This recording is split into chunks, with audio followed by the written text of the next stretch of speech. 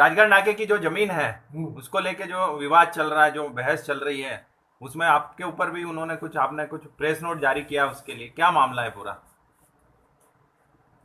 भाई राजगढ़ नाके वाली जमीन वो सरकारी है, पीएचई की जमीन।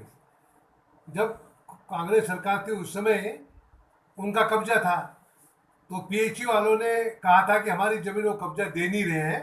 तो फिर बाद में कलेक्टर को कह के वो जमीन खाली करवा के वापस पीएचई को हवाले करी। तो ये कौन सा गलत काम किया?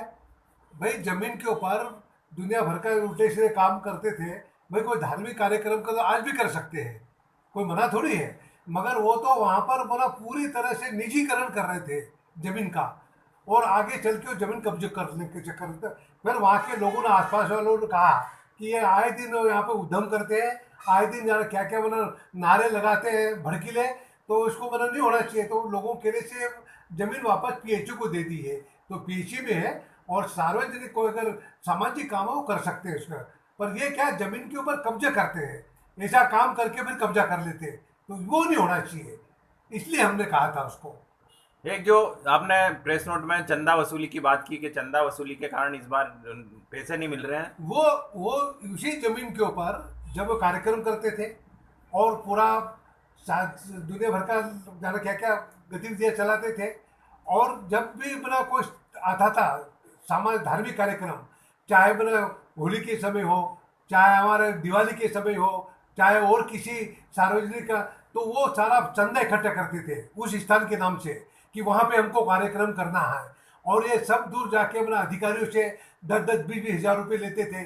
रसीद कट्टे ले जाके रसीद लिख के दे देते, इतना आपको देना पड़ेगा, अधिकारी साहब इतना नहीं देंगे।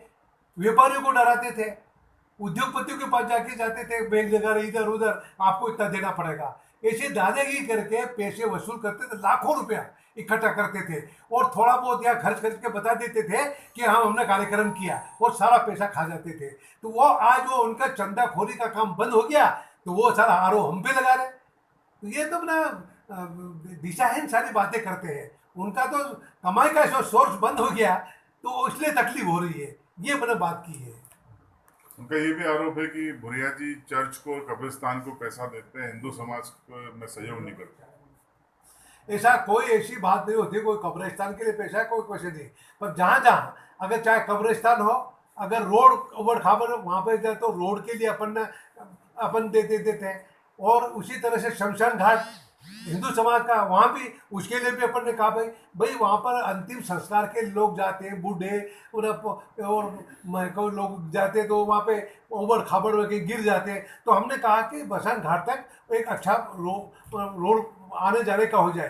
तो मैंने कब्रिस्तान के जाने का लिए रोड का अपन करते थे, और हिंदू समाज के जो शमशान घाट पर जाने का वो भी अपन करते हैं, और दूसरा भी हिंदू समाज का कोई कार्यक्रम उसके भी अपन देते हैं। कोई भेदभाव नहीं है कि ये कह देंगे। ये तो सब जानबूझ के धार्मिक उन्माद फैला के ये सारा खेल करने की बात करते हैं। इस बात को भी आप समझें, देखें। और मंदिरों के लिए भी हमने 1 करोड़ रुपए दिलवाया था मंदिर के लिए। कमलनाथ की सरकार थी उस समय, 1 करोड़ रुपए हम सभी मंदिरों के लिए दिलवा दे, पर उनकी सरकार किसी को मंदिर को दिया? एक पैसा नहीं दिया। वो सारे चंदा के नाम से करके वो सारा खा जाते थे। हमने तो, हमारी सरकार आई थी तो हमने जहाँ जहाँ अपने मंदिर थे उनको सबको 1 करोड़ रुपए हमने दिलवाया, और उनको जाके जीर्णोद्धार के नाम से वो हमने किया। हमने चाहे मैंने मंदिरों की बात हो, चाहे और किसी की मतलब बात हो, वो सभी मैंने धार्मिक जहाँ जहाँ है उसको अपन दिया है और देते हैं। पर हम किसी के खिलाफ नहीं है, पर खिलाफ वो है कि ये मंदिरों का धार्मिक कार्यों के नाम से चंदा इकट्ठा करके खाए जाते हैं, और जिस काम के लिए वो उसका काम ही नहीं करते, वो बात है। इसलिए हम कह रहे हैं कि अगर अच्छा काम करो, पैसा जिस काम के लिए उसको यूज करो तो समझ में आए। पर वो चाके लेके नाम उनका 1 रुपया लेते, पर 10 पैसे खर्च करते और बाकी सारा खा जाते। ये सारी स्थिति थी। वो कई लोगों की शिकायत भी आई मेरे पास कि साहब मैंने पैसा लिया था, वो काम ही नहीं कर रहे। तो ये सर हमने जहाँ जहाँ दिया मंदिर में काम हुआ, चाहे कहीं भी यहाँ है, थांदला पेटला झाबुआ में मंदिर में पैसा दिया, हमने सब काम करवाया और काम अभी हो रहा। उनकी सरकार आया तो सारा काम पैसा उन्होंने रोक लिया, बहुत सारा पैसा रोक रखा, उन्होंने काम ही नहीं करने दे रहे। तो पैसा दिया तो खर्च करना चाहिए ना वहाँ। तो ये सब सारी चीज़ें हमने कही है। तो उसमें कोई किसी के खिलाफ नहीं कोई भी, पर ये धर्म के नाम से पैसा खा रहे हैं वो गलत है। Thank you sir.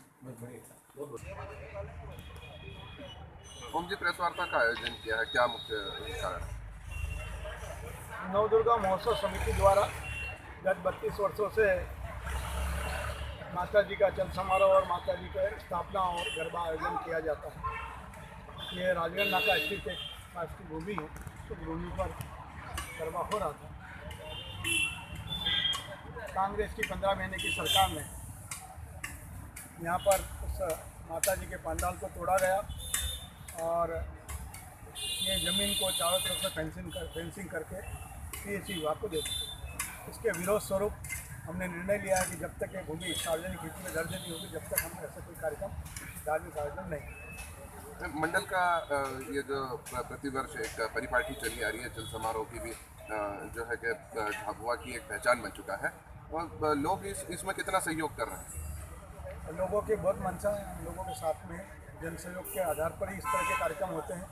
झाबुआ की जनता, झाबुआ के आसपास की जनता और साथ में अन्य लगे हुए जो राज्य गुजरात, राजस्थान, महाराष्ट्र, वहाँ के लोग भी यहाँ पर शिरकत करने आते हैं और यहाँ सहभागी बनते हैं।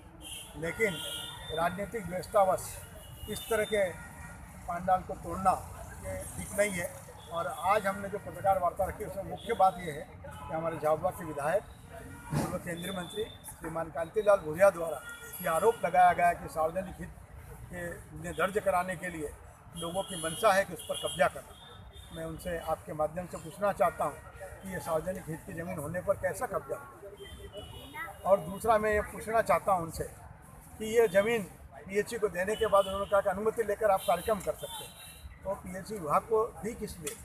भवन निर्माण के लिए दी। और यदि भवन बन जाएंगे तो गरबा और सार्वजनिक जो कार्यक्रम होते हैं हमारे जनजाति समाज का, वो कैसे होंगे, वो जरा जनता को बताने की कृपा करें।